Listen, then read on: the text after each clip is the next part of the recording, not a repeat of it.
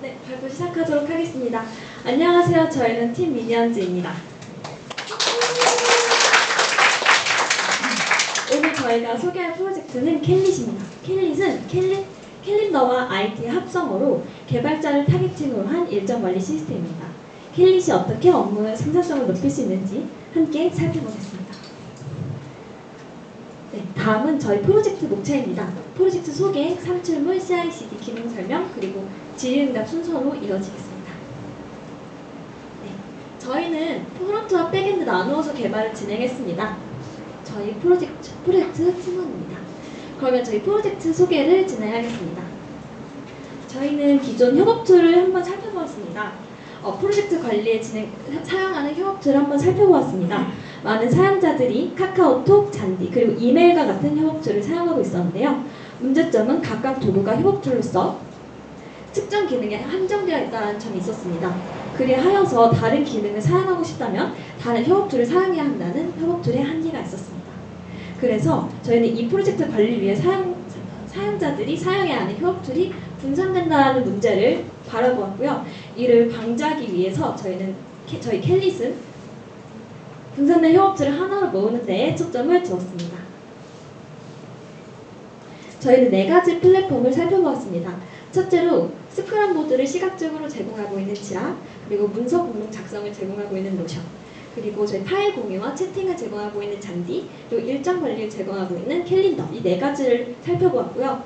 그리고 저희는 여기에 개발자를 위한 프로젝트 관리 시스템이라고 방향성을 잡아보았습니다.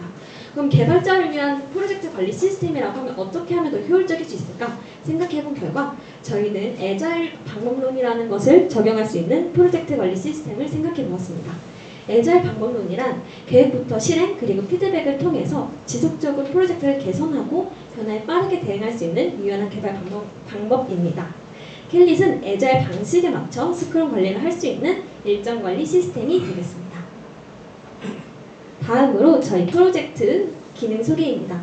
저희는 먼슬리와 위클리를 제공하여서 모든 일정이 한 곳에서 가능하도록 하였습니다.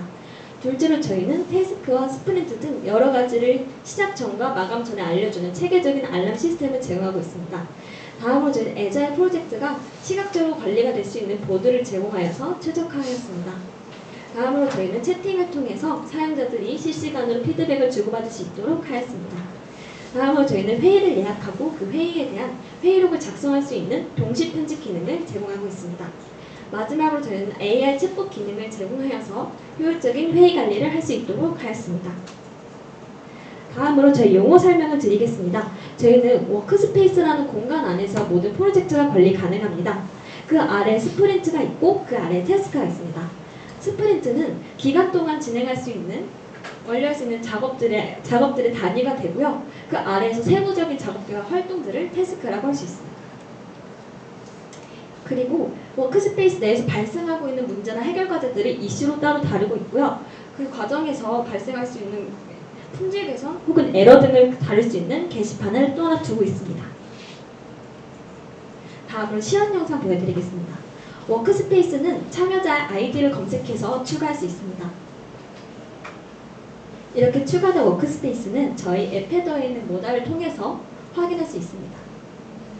확인 후 저희는 스프린트를 추가하여 일정 관리를 할 수 있습니다. 참여자를 선택하고 시작 날짜와 종료 날짜를 선택한 뒤 라벨을 추가하여서 이 스프린트의 카테고리를 나눌 수 있습니다. 이후 스프린트 아래에 있는 카테고리를 추가할 수 있습니다. 태스크는 스프린트와 동일하게 생성할 수 있지만 난이도와 중요도 같은 것들을 추가적으로 추가할 수 있습니다. 추가된 태스크는 드래그 앤 드롭으로 백로그를 추적할 수 있도록 만들었습니다. 또한 저희 리스트 형태로 제공하여서 태스크의 목록을 확인해 볼 수 있습니다. 다음으로 이슈입니다. 이슈 같은 경우에는 담당자 할당자를 지정할 수 있습니다. 지정된 할당자가 기간 내에 이슈를 해결할 수 있도록 하였습니다. 캘린더입니다. 저희는 먼슬리와 위클리를 제공하고 있습니다.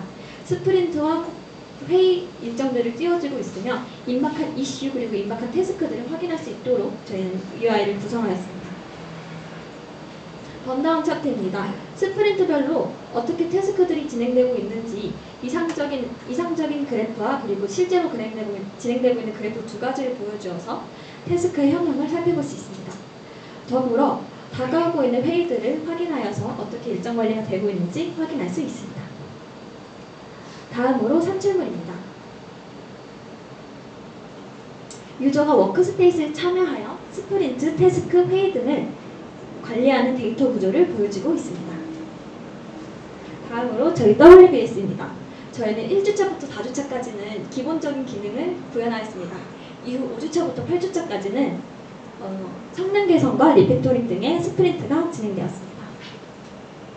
다음으로 저희 기술 스택입니다. 구현하기 위해 이와 같은 기술들을 사용하였습니다. 다음으로 저희 시스템 아키텍처입니다. 저희 잉그레스 컨트롤러를 통해서 쿠버네티스 환경이 외부에 접근할 수 있도록 구성했습니다. 잉그레스 사용하여 들어오는 HTTP 요청은 API 경로에 따라서 백엔드 또는 프론트로 들어옵니다. API를 달고 들어올 경우에는 백엔드로 호출하게 되고 또 API를 달고 오지 않을 경우에는 프론트로 호출하게 되도록 하였습니다. 저희 또한 보안성을 높이기 위해 쿠버네티스 환경 내에서 클러스터 IP를 사용하고 있습니다. 클러스터 IP를 활용함으로써 외부의 직접적인 접근을 제한하고 보안성을 강화하는 데에 중점을 두었습니다. 다음으로 저희 CI/CD 발표하겠습니다. 네, 이것은 저희가 자동 배포와 CI/CD를 어떻게 구성하는지에 대한 대략적인 그림입니다. 상세적으로 살펴보겠습니다. 저희는 젠킨스 파이프라인이 두 개로 구성되어 있습니다. 프론트엔드와 백엔드 이렇게 나눠져 있는데요. 개발자가 GitHub 레포지토리에 프론트엔드 데브 혹은 백엔드 데브라는 브랜치로 머지하게 될 경우에 GitHub에 있는 웹훅이 젠킨스 서버로 요청을 보내게 됩니다. 그 요청에 정보가 담긴 젠킨스 파이프라인이 실행이 되게 되는 과정입니다. 이후에 젠킨스는 GitHub의 레포지토리에 있는 최신 코드를 가져오게 됩니다. 이 과정에서 코드에 변화가 없다면 이후의 과정들은 생략되게 되지만 변화가 있을 경우에는 변경사항이 감지되어서 빌드가 진행되게 됩니다. 빌드를 거친 후에는 도커 이미지가 빌드되고 도커 허브로 푸시되어서 배포에 사용될 이미지가 생성되게 됩니다. 마지막으로 저희 SSH를 통한 전송 및 쿠버네티스를 통한 배포가 시작됩니다. 저희는 카나리 무중간 배포를 사용하였습니다. 이 이유는 저희가 다른 프로젝트와 달리 저희는 사용자 경험이 크게 중요시되는 프로젝트입니다. 때문에 저희는 이전 버전과 현재 버전을 비교하여서 사용자의 피드백을 바로 확인할 수 있는 카나리 배포가 저에게 더 적합할 거라고 생각하게 되어서 카나리 무중간 배포를 선택하게 되었습니다. 그럼 저희 다음으로 이제 워크스페이스를 비롯하여서 기능 설명을 드리겠습니다.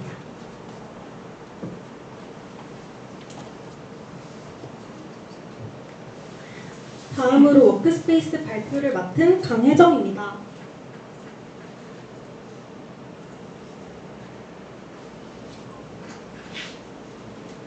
텔릿은 서비스 내 사용자를 지정하여 워크스페이스를 생성할 수 있습니다.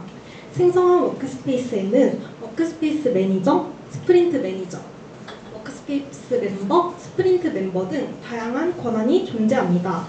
여기서 저희는 불필요한 접근을 막기 위해 워크스페이스 내 사용자들 간 권한 차이를 두었습니다.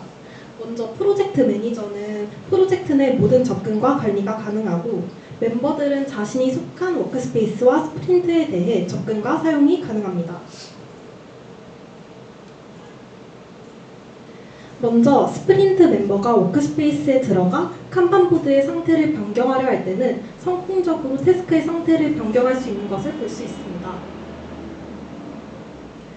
반면에 스프린트 멤버가 아닌 사용자가 칸반보드의 태스크 상태를 변경하려 할 때에는 권한이 존재하지 않습니다 라는 메시지가 표시됩니다.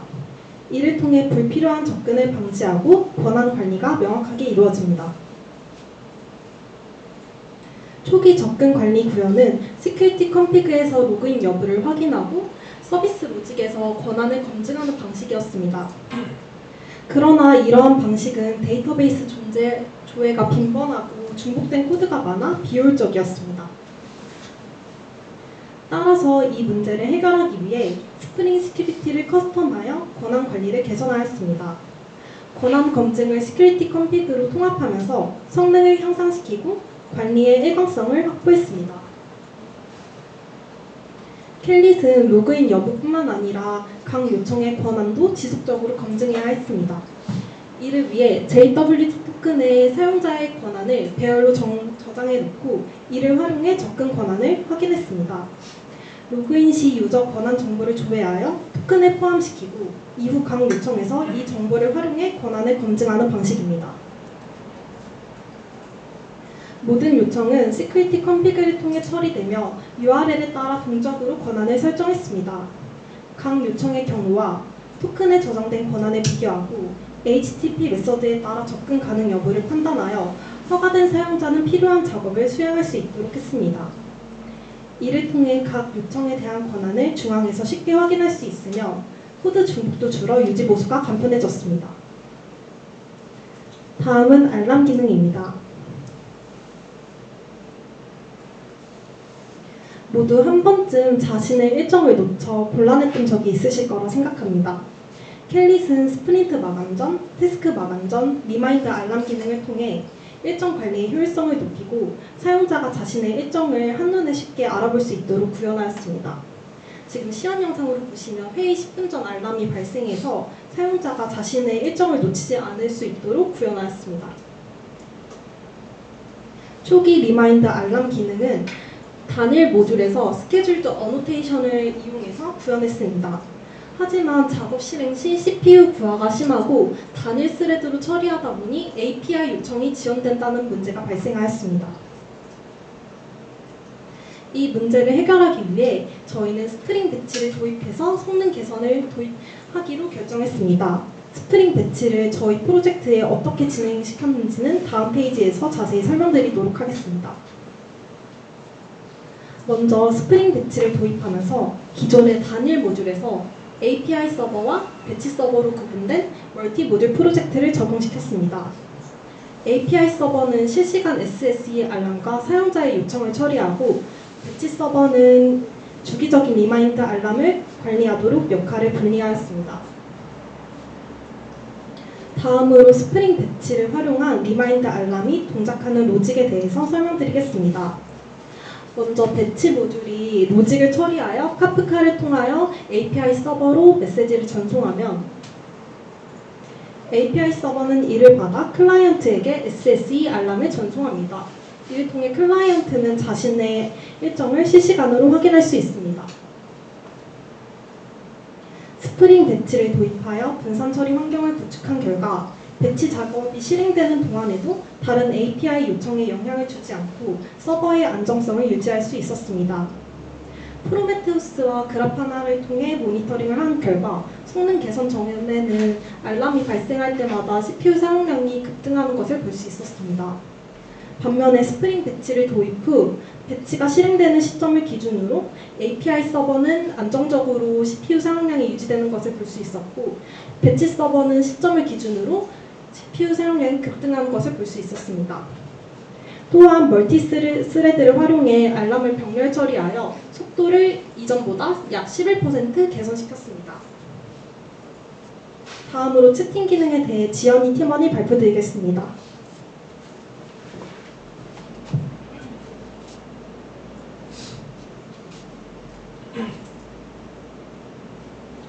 네, 다음은 채팅 기능입니다. 일단 시험 영상 먼저 보여드리겠습니다. 첫 번째로 채팅방 이름과 참여자를 선택해서 추가 버튼을 누르면 채팅방에 자동으로 참여할 수 있습니다. 실시간으로 피드백을 주고받기 위한 채팅 기능이며 파일 또한 주고받을 수 있습니다. 주고받은 파일 리스트는 오른쪽 하단에서 채팅방별로 확인이 가능하고 이제 다운로드 버튼을 누르면 해당 파일을 보실 수 있습니다. 채팅을 구현하기 위해서 사용한 기술들을 말씀드리겠습니다. 저희는 양방향 통신을 위해서 웹소켓을 사용하였습니다.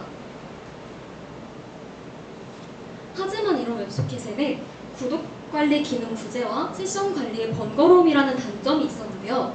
이를 보완하기 위해서 스톰프를 도입하게 되었습니다.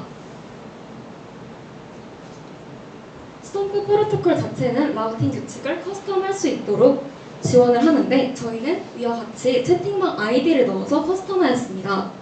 다음과 같은 경로를 구독한 사용자들에게 해당 메시지를 전달하는 방식인 유연한 라우팅 기능을 제공해줍니다.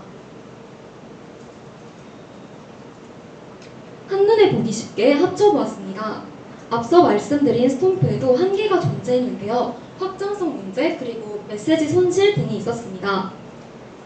또한 스톰프는 단일 서버 기준으로 세션 관리가 가능했기에 여러 서버를 운영하는 저희 켈릿은 카프카를 도입해서 다른 서버의 사용자가 있어도 메시지를 전달받을 수 있도록 했습니다. 다음은 카프카를 사용한 메시지 흐름을 보여드릴 건데요. 1번 서버에서 안녕하세요 라는 메시지가 어떤 방식으로 전송이 되는지 흐름을 말씀드리겠습니다. 사용자가 웹소켓을 통해 해당 경로로 메시지를 전송하게 됩니다. 이 메시지는 인메모리 브로커에서 프로듀서로 전달됩니다. 전달받은 메시지는 토픽에 직렬화를 해서 저장을 하게 되고 컨슈머가 해당 토픽에서 메시지를 읽어 역직렬화를 해서 다시 인메모리 브로커로 전달되게 됩니다. 그리고 브로커는 구독 경로에 맞춰 구독자들에게 메시지를 전달하고 있습니다. 이러한 방식을 통해 다른 서버에 있는 사용자들 또한 같은 메시지를 실시간으로 주고받을 수 있습니다. 네, 다음은 챗봇 기능입니다. 일단 챗봇은 엠파렌을 활용해서 구현을 하게 되었는데요. 엠파렌을 사용한 이유는 사용자로부터 검색된 지식 정보를 활용을 하여 사실에 기반한 답변을 생성하기 위함이었습니다. 엠파렌의 장점인 자동화 워크플로우를 사용을 해 최적화된 정보를 전달하고 있습니다. 클라이언트가 위처럼 서버에 메시지를 보내면 서버는 엠파렌의 웹훅을 호출하여 정의된 워크플로우를 실행하게 됩니다. 이 워크플로우 내에서 원하는 동작을 커스텀할 수 있기 때문에 프로젝트 구조에 맞도록 직접 설정할 수 있었습니다. 챗봇 또한 시연 영상 먼저 보여드리겠습니다. 사용자가 질문을 하면은 사용자로부터 검색된 지식 정보를 활용해서 사실에 기반한 답변을 생성해주고 있습니다. 네, 지금은 목록을 조회하고 회의 자료를 추천을 해달라고 말을 하면은 다음과 같이 회의 자료가 오게 됩니다. 현재 켈릿 프로젝트에서 사용 중인 챗봇의 기능들입니다. 다음과 같은 기능들을 탑재해 놓았습니다. 이 기능들 중 하나인 회의 자료 추천에 대해서 자세하게 말씀드리겠습니다. 일단 실제로 커스텀을 해둔 엠파렌 워크플로우 빌더입니다. 시각적인 인터페이스를 통해 쉽게 자동화 기능을 구성할 수 있습니다. 지금 보시는 화면은 회의 자료를 추천해주는 워크플로우인데요.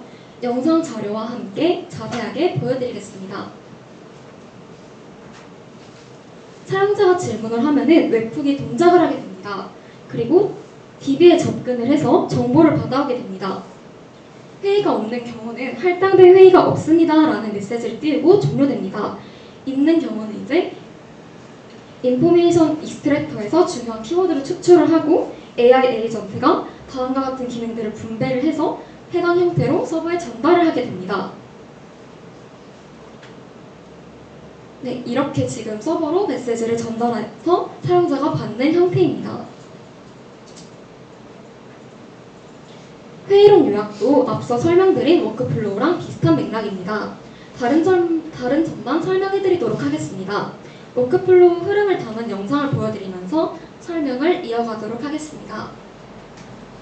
회의 자료 추천과 같은 맥락으로 서버에서 웹훅을 보내게 됩니다.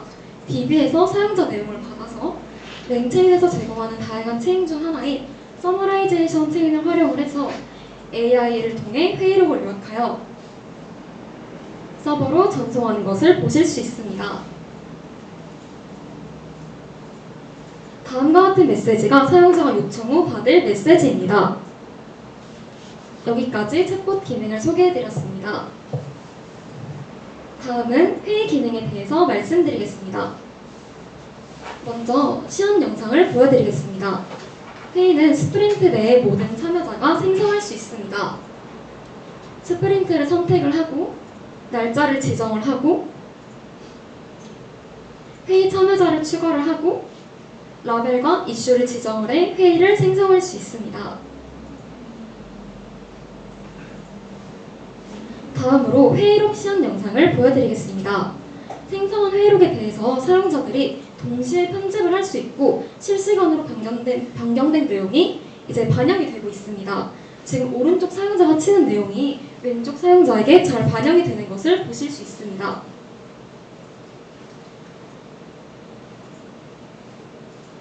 회의록 기능은 노션의 공동 작성 기능을 참고를 해서 구성하게 되었습니다.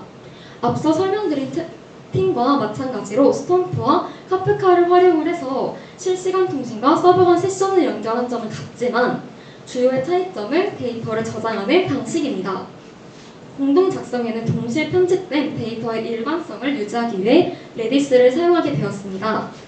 물론 RDB로도 가능합니다. 하지만 왜 레디스를 선택하게 되었는지 말씀드리겠습니다. 레디스는 공동 회의록 작성 기능에 선택한 이유는 주로 빠른 실시간 데이터 처리와 동식성 문제 해결에 레디스가 갖는 장점들 때문이었습니다. 대표적인 장점으로는 인메모리 기반으로 동작하기 때문에 빠른 실시간 데이터 처리가 가능합니다.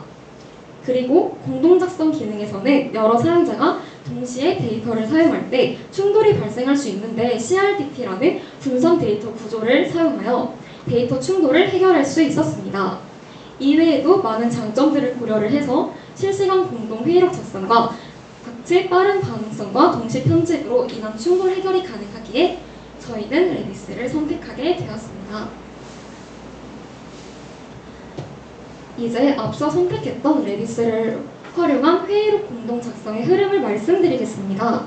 이들은 동일한 회의록 아이디를 기반으로 한 토픽을 구독하고 있으며 앞서 설명한 채팅 기술과 마찬가지로 다음과 같은 흐름을 통해 실시간으로 같은 내용을 전달받게 됩니다. 여기서 중요한 차이점은 레디스의 사용입니다. 저희는 성능 최적화를 위해서 look aside라는 패턴을 사용을 했는데요. 이 패턴이 뭔지는 다음에 이제 설명을 해드리겠습니다. 데이터를 먼저 레디스 캐시에서 조회를 하고 캐시가 없을 경우에만 데이터베이스에서 조회를 합니다. 그리고 캐시에 저장하는 방식으로 읽기 작업의 효율성을 높인 것을 look aside 패턴이라고 합니다. 마지막으로 회의록을 저장할 때는 레디스에서 저장된 데이터를 마리아DB로 옮겨서 데이터의 일관성을 유지하면서 시스템이 안정적으로 유지되도록 했습니다. 그래서 이를 통해서 어떤 점이 개선이 된 거지? 라고 생각을 하실 수 있는데요. 저희는 처음에 레디스 없이 마리아DB만을 사용을 하였지만 실시간 공동 작성에서 회의록을 적을 때마다 업데이트 쿼리를 날리게 돼서 DB 성능의 저하됨을 인지하게 되었습니다. 이를 해결하기 위해 인메모리 기반 DB인 레디스를 도입하게 되었습니다. JMeter를 사용해서 테스트를 진행을 했고 프로메테우스와 그래파나를 통해 시각화 작업을 하였습니다. 평균 응답 시간이 총 65% 감소를 했으며 DB의 부하를 줄이는데 매우 효과적이었습니다. 결과적으로 기능을 향상시킬 수 있었으며 사용자의 경험도 개선할 수 있었습니다. 저희 캘리 프로젝트는 IT 분야에서 협업하는 사람들이 더욱 효율적으로 일정을 관리할 수 있도록 기획되었습니다. 다양한 기능들을 모두 구현함으로써 협업에 최적화된 플랫폼을 완성할 수 있었습니다. 저희가 제공한 이 플랫폼이 실제 업무에서 유용하게 활용되어 사용자들의 생산성을 높이고 협업의 질을 향상시키는 데 큰 기여를 하길 바랍니다. 이상으로 발표를 마치겠습니다. 경청해 주셔서 감사합니다.